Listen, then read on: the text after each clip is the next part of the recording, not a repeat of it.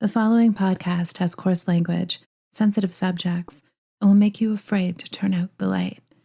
Listener discretion is advised.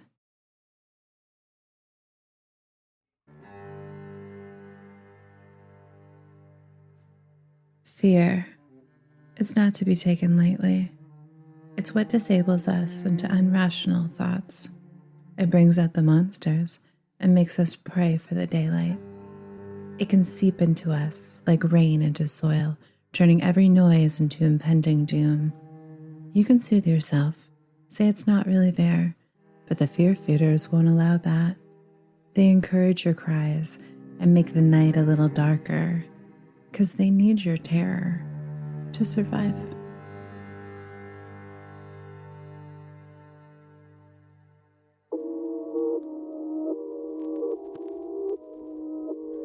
Welcome to All Hallows Eve. And this is Geist.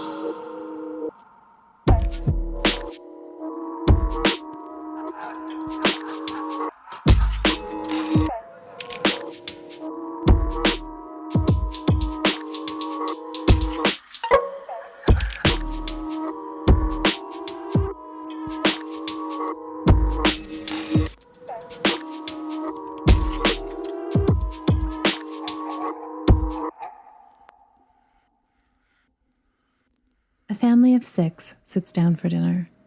There's laughing and clanking of dishes and early excusals.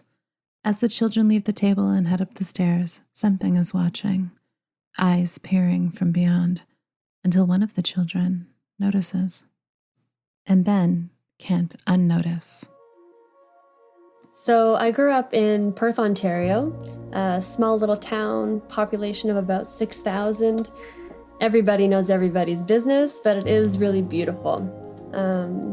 Really a mix of blue collar and also a little sprinkle of granola in there. It's a lovely little town to grow up in, but I was equally as happy to spread my wings and fly elsewhere. The house that we grew up in is on the main street in town called Drummond Street. We're on the west end. And it is one of the larger houses on the street and definitely one of the oldest as well.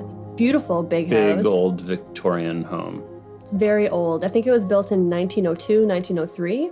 And it was a gift from someone in the politic world to a grandson, I believe.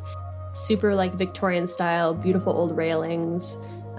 Really stunning, but, you know, a little ominous. And spooky paintings everywhere too. Yeah. Like a lot of really... And there's always like certain paintings you look at and you're just like, those eyes are just constantly just totally following you across the room. Doesn't matter where you are in the room, they're looking at you. You obviously don't appreciate it when you're a little kiddo, but as you age and get older, you really tend to see the beauty in the little cracks in the walls and the stains in the wood and, you know, those kind of things. Scott and Bailey are brother and sister. They both grew up together in this big old Victorian mansion where they both experienced things as well. They lived there with their mom and dad, another brother and sister. I'm the oldest of 4. And I'm the youngest. And I guess that was like 1982 that so I would have been 1 when we moved into the home. We would play hide and go seek with my dad too, and he would hide and just whistle. And he hide in like these deep cavernous closets that are like 6 feet deep, like massive, and 10-foot ceilings. So he could like hide up on a shelf and get under a blanket and just go like.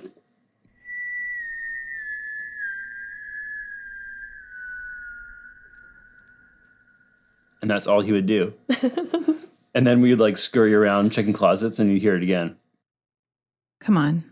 That in itself is terrifying. So I think we definitely fueled the fire a little bit, you know, for sure. But there was definitely some other things going on. But yeah, growing up, as far back as I can remember, I was always fearful. As their family grew, so did their plans for this big old Victorian mansion. So our attic would have been renovated probably in like the early 90s. Before that, it was just like a typical gross cobweb-filled attic with like a weighted door where you just push on it and then like a big tin full of old bricks or something was the counterweight that would open it up. Spooky. And then you just go up there and there's this massive open attic. Just with like old hockey skates and boxes and like, Christmas decorations. But essentially the whole attic was like wiped clean, and they separated it into a washroom, an office, 3 bedrooms, and like a really beautiful like stairwell railing. And actually in Scott's bedroom, he has a stained glass window that looked out into the hallway, which is kind of cool. And I think that's what disturbed the lady in the attic. The lady in the attic, the ghost that made herself most known, did not like sharing her space. She was completely annoyed by all of us, I feel. She wanted silence. She wanted to be somewhere else. And we are a family of 6, constantly yelling up and down the stairs. And I think she was just like pissed off that we were there. That was her space. And it was probably quiet for some time until we did the reno. She wasn't happy. No, she was trying to get out, trying to get our attention. Like maybe liked the fear. I'm not sure. So prior to renovations in the attic, I would sleepwalk quite frequently and find myself waking up in random places in the house. Most times on the first floor, on the landing of like the main stair going upstairs. And when I woke up, I'd be like completely frozen in fear. And not because I was like scared of anything at the time, but just like it was a big space and it was dark and I was a kid. So the main staircase had the mirror on the landing, and that was the mirror that I would never, ever look into, ever. Every time I'm like, something is coming up the stairs behind me, and I don't want to have to see it. So the staircase ran almost like a U shape. It would be like 3 stairs up to a landing, and then like 16 to 20 stairs of a long run to another landing, and then another 3 or 4 stairs up to the right. And that's where the mirror sat, at the top landing to the. I never felt like a touch or anything, but I always felt a presence, like something's behind me. It was that feeling. It was that like, you better run up the stairs. Like, you better go. You better go down those stairs quickly. You better go up those stairs quickly. And that's purely from that like fearful presence of what I just felt in that house. The lady in the attic decided to take on a different form. Was my bed was against the far wall, my head under a skylight, and my bed faced the window to the hallway. So very much if any light would flicker on at night, my parents wake up from the floor below, I would still see it above. So anyways, it was the one night where I just sort of rolled over and caught this orb floating past the window, and then it would return back the other way. And just continued back and forth. And then I just went back to sleep. The presence in the house noticed that one of the children was a little bit more sensitive to its existence. When I was a kid, what I would feel in the house was presence. And that's the only word that I can use to explain it was fear and presence.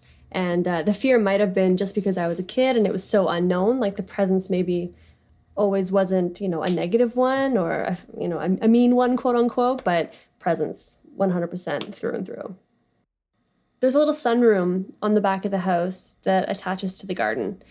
And actually, I can remember on a few occasions when it would be warmer, in the warmer months, like summertime, I would actually go out there and hang out after I'd had potentially a scary experience because it felt like safe. I was close to outside, but I wasn't inside. It was definitely a later addition onto the house, so it wasn't part of the original history in bricks. The spirits seemed to reach out to Bailey. She experienced more than anyone else in the house, and her experiences started out really creepy. So I would say my first experiences started happening probably when I was around 7 years old that I can remember. And the first one would be the only ghost that I've ever seen. So I was sleeping in my bed, small single bed, and I woke up in the middle of the night and opened my eyes, laying on my side, and I see a young boy about the same age as me in Victorian clothing, ruffled neckline, beside my bed, eyes closed, praying, right beside my face.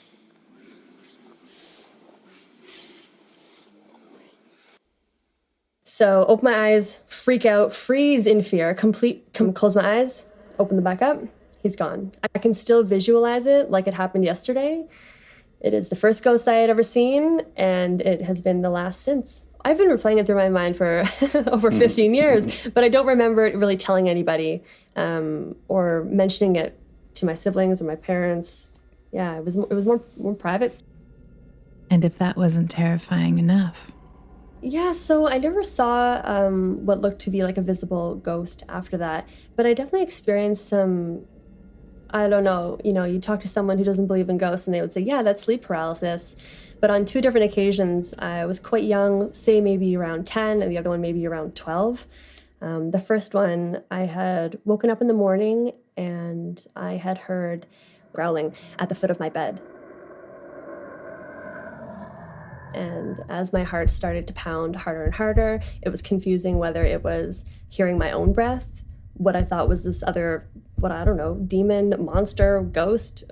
So, frozen with fear, I would try to move a little bit and I would feel like this presence on me holding me down. And this is a classic description of, sleep paralysis. So, but this is truly what I experienced. So on that first occasion, it was terrifying, but I didn't really think of it again. I really tried to put these terrifying, traumatizing experiences to the back of my mind. But they didn't want to let that happen. On the second occasion that I experienced this, so when I would wake up, the first thing that I would sense would actually be sound. So it would sound like low, soft growling, heavy breathing, but not human and not coming from me. And then the next thing that would happen would be me freezing and then potentially trying to move and not being able to move. Something stopping me from moving, preventing me from moving, preventing me from going to tell my mom I'm terrified what's happening here, Yeah, I kept a lot of these private. I thought I was really weird, like the Sixth Sense boy, don't tell anybody, this is weird kind of thing. As terrifying as this experience was, some of the ghosts in the house were a bit more gentle when trying to get Bailey's attention. I hated being home alone. And I think it started with, I came home from school one day and my mom would always greet me. I would go, hey mom, and she'd go, hey Belle. And, massive house, that's how we communicated, we yelled, right? So I came home from school, open up the door and go, hey mom, and I hear, hey Belle. And I go upstairs, try to find my mom. Open up laundry room, she's not there. Open up the bedroom, she's not there. I go, hello. She wasn't home. So someone had greeted me, but it came from a place of love, like family. Another instance of mimicking happened with myself, but that was when I was on the 3rd floor. So my mom used to help me with my homework, and because I was so afraid of the 3rd floor, it was suggested that maybe we do the homework up there, right? Maybe just to kind of soften it. Her office was up there, so it kind of seemed like the natural place to study a little bit, So we went up there one day after school. It's dark outside now. I don't want to be up there. I didn't want to be brought up there in the first place. I'm scared of this floor. We start to get ready to do our homework, and I think my mom had forgotten something, so she went downstairs. And it was as soon as I heard her last footstep, she just got out of sound reach. I heard, it wasn't even me speaking, but I had heard what sounded like someone go, Mom, Mom, as in someone mocking what I'm thinking, mocking what I'm wishing I could say right now, Mom, come back up here, Mom, I am terrified, Mom. The spirits would often try and communicate when Bailey was home alone. No, a lot of this just was met face to face with fear paralysis. And I lived with it all the time. I was terrified of the dark. I was terrified to be home alone, terrified to sleep with my door open, terrified to sleep with my door closed. But I would hear footsteps throughout the house sporadically, only when I was home alone, of course, obviously. The microwave would start on its own. A mug would fall from the counter in the kitchen. My brother Jordan, his bedroom was the room that the attic lady lived in. And he has some separate stories actually about feeling breath on his neck for many years growing up and never thinking twice about it or never telling any of us. And my brother had a drum set in there and it would crash and make noise. And I would be on the first floor of the house watching TV on full blast because I was so scared to hear what I was hearing. Meanwhile, the drums on the third floor are crashing. You know, this would happen not often, but regularly enough where I was like, do not leave me at home alone. Like, I would just sit in a chair with my knees up to my chest and my arms around them for the entire day. For like, say it was a weekend and like dad had to go to the office and mom was away. Like, I would sit there for 8 hours and just like not move, not answer the phone if it rang, not go into the kitchen, do not go into the kitchen, like terrified. So after that, it was a few months later, I think, a few weeks or month later when Scott had his experience. After a few years had passed, Scott came face to face with what was tormenting Bailey. Yeah, the lady in the attic definitely communicated with Bailey the most in our house, orally, but I feel like I was the only one to actually see it. So at this point, I was like 20, maybe 21. I'd been away at college for a year and was currently playing in a band in Toronto and working at a bar in town and working at a lumberyard during the day. I was kind of all over the place. But it was one night I was playing a show. I came home, it was quite late. It's probably 3-ish. Loaded my stuff in downstairs, and as I was sort of like walking up to the house, just sort of remembering like, oh, you know, it feels empty. You know, my he's gone off, I think, at Georgian college at the time. And my other sister, Chelsea, she was out of the house. And the only other person home was Bailey and my parents. So I was sort of approaching the third floor and coming around the corner, sort of having all these thoughts, like it's kind of miss my siblings, and then looking at the end of the hall. And then that's when this lady, a silhouette, just rushed towards me and stopped right in front of me. And I was frozen. I was completely frozen, and immediately tried to find a light switch in the dark and just flick it on. And I flicked it on and nothing was there. What the fuck? was my first major thought. Like I'm not drunk. I didn't smoke anything. And I just was like, what? I couldn't believe it.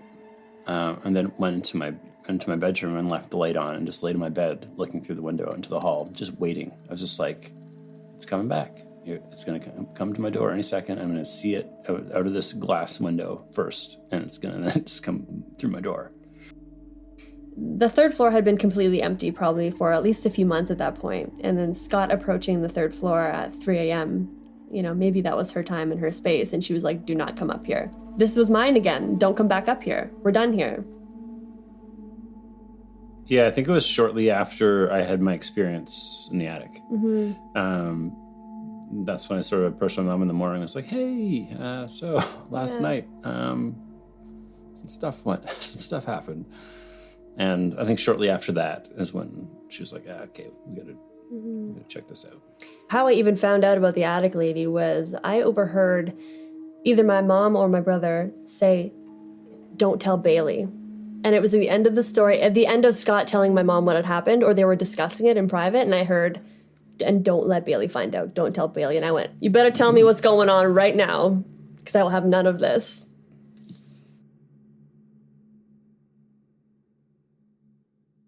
So it came to a point where basically no one else was living at home. I was the only one living at home with my parents, and I would refuse to essentially be in the house alone at all. It was really interfering with my day-to-day life. Like, we would wake up in the morning, and my mom would go for like a big walk with her best friend, kind of like while I was getting ready for school. But I would refuse. I'd be like, no, you're not leaving, or I'm coming with you. after school, you have to be there, or else I'm going to hear, "Hey, Mom," from fucking grandma up in the laundry room. So after Scott's experience, my mom had decided to contact some sort of, I don't know if you call it spiritual guidance, but just kind of ask around and be like, what can we do here? Can we have the house like cleared? Does it need like an exorcism? Like, what do we do here? So she had a contact in Ottawa through like a holistic doctor that we would see. So she had mentioned to him that I was having a lot of trouble with like fear and being in the house alone. And it kind of snowballed from there. And to be fair, I really stayed in the background of this. I was so fearful of what was going on in my immediate environment that I almost like could not be involved at all with that. So I guess my mom had gotten into contact. She messaged them or called them, whatever. And that's when they arranged to have a meeting to come to the house. So I called Scott and Bailey's mother so she could give me her recollection of what happened during the clearing that Bailey and Scott were not present for. Please excuse the audio. We were talking over the phone. When I started going into Ottawa with Chelsea for her dance classes, I had been seeing a holistic practitioner at the time. So I would do my appointments often when she was at her dance classes. And at some point I did mention to him about Bailey's experiences and not knowing quite what to do. But anyway, he was the one that gave me a name of somebody that he'd heard about who was kind of like a ghost whisperer or something that would come and like cleanse your house of spirits and stuff. He was located in Countville. So I did call him. The problem was he had a huge backlist of people, like literally a month's wait time. He very kindly listened to my story about Bailey and took pity on us and got us in within a couple of weeks. When he came, Bailey was at school, came in the side entrance, which comes into our kitchen area, and he stood in the kitchen and chatted with us for a bit, and then he just said that he would go like on a walk with us throughout the main floor to see if there were any spirits or if he contacted anything. And it generally seemed no, that there was nothing on the main floor. And the main floor continues to feel very welcoming. And so we started up towards the second floor, and I was behind him, so I'm giving him some space. And when he got up to the landing of the second floor, he just basically said, "Oh yeah, we've got two." They asked the spirits to address themselves. And that's when one was my great-grandmother. She dressed herself as like, "Oh, here I am."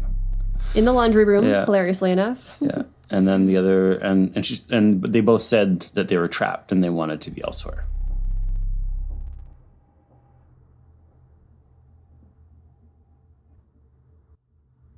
I don't recall what the second one was. The first one was my paternal grandmother, who was English, born in Newcastle, England. And to my knowledge, had never gone anywhere other than her boat across to Canada when she joined my grandfather, and they got married and basically stayed the rest of her life here. Anyway, she was locked in my laundry room, which is kind of humorous in some ways, sad for her because she was fastidious about laundry. Anyway, this ghost whisperer did release her. She wanted to go to France, I believe. I don't know if it was Paris, but France. So he sent her on her way. The other spirit wanted to go to Florida. So that was a pretty quick trip for him or her, and gone. So then we headed upstairs to the third floor, and he got to the top of the stairs and basically stopped and said, "Oh yeah, this is where your disruptive one lives." And so he did communicate. Again, I don't remember like an out loud verbal communication, but he was obviously having a conversation with the spirit, and I don't know whether they were stuck and just couldn't get out and they were mad because they couldn't get out, or whether it's just a nasty spirit. But eventually it was sent on its way as well. The ghost whisperer guy put 2 cylinders in our basement, described them as electromagnetic diffusers or something. One was put on one side of the house, floor joists or rafters of the basement, and then the other one was put on sort of the other side of the house. Apparently our house seemed to attract spirits. Anyway, these cylinders were to allow the spirits still that were going to be coming in, but it gave them a way to go out as well. So that hence the 2 that were put in the basement. When Bailey came home, I think there was a sense of relief that he had been here, and I told her that the man had gotten rid of 3 spirits, and we tried to kind of go around to the house and see how it felt, and it felt good. I think Bailey definitely felt better after that. So I come home from school, and the moment I open up the door, the side door to get into the house, the first thing I notice is that it feels like something is missing, which is really cool because I later learned that there were actually 2 spirits in the house, one of which was a family member, the grandmother of my mom. So I think that might have been the sense that I felt like something was missing, because it felt like I missed someone, you know what I mean? I do have to say, like, when I went through the house after that, and to this day, since we had the house cleared, I have never, ever felt scared on the 3rd floor. I moved my bedroom up to the 3rd floor. Like, who would do that? My bedroom. My last bedroom in that house was the attic lady's room. I would have never, ever thought that I would move my bedroom into the attic lady's room. I feel like that house has given me a lot of confidence and hope throughout my upbringing, because to me, it's the most beautiful home in Perth, and we hear that from many people. They're like, you live in the nicest house in town. Which, as a kid, you don't think anything of that. You're just like, oh, I live in a big house, whatever. But then you visit other people's homes, and you're like, whoa, this is very, very different. So I feel like coming from that, it gives you a lot of perspective, and it makes you kind of want the same thing moving forward. So it gives you a lot of drive, and you kind of, like, I grew up in that. I kind of want to continue with that. Yeah, so I think that growing up in that house and the experiences that I had growing up really taught me to lean into my intuition. I have a super strong intuition, and I rarely push it away. It's in there, it's up front all the time. Here it is, whether that's, feeling a presence like we did back in the house, or through a dream, or through energy. Yeah, so I would say that that's something I definitely take with me every single day. How I live my life is intuitively. It's the only house we've ever known, all of us, for our entire lives, and that's very rare. Like, I still call it home. Like, let's go home for the weekend. And that's why they're not going to move. I think it will be home for them into their retirement and into their, into late in their life. So now, instead of being filled with ghosts, it's filled with grandchildren. Yeah, equally annoying. As Scott and Bailey mentioned, their parents still live in the huge Victorian home. The cylinders that the house cleanser placed in the basement are still there. Laurie sent me a picture of them. And overall, things have been quiet. It's funny, when I interviewed Scott, Bailey, and their mom, they were really eager to hear each other's stories, like they had never really talked about it before, maybe except for the major ones, which was surprising because they're a really close family. Yet again, when recording my interview with Laurie, she arrived at the part of the story where the house was cleansed, and my recording stopped. But it decided to kick back in after she finished, but it did leave me with a really big gap. I concluded that it might have been their great-grandmother, and in true family fashion, she gently reminded Laurie that she probably shouldn't talk about it.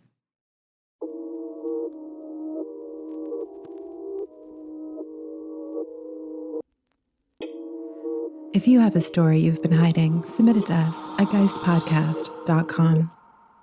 Geist is written and directed by me, Danielle Matar. Original score and sounds by Beau Jensen. Geist web artwork is by Jake Carruthers. Special thanks goes to Scott Winter, Bailey Foster, Laurie Winter, and Lauren Hayes.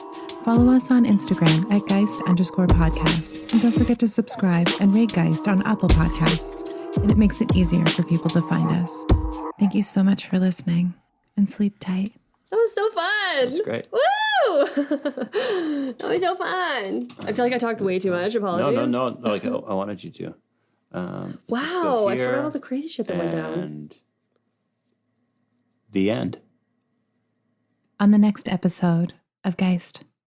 Even earlier on, this is a memory not of mine, but my mom would say, you know, as I was growing up, you know, you used to tell me that you went flying with Grandma. Both of our grandmothers passed away about a month apart when we were very young, and I've been very intuitive through my dreams my entire life.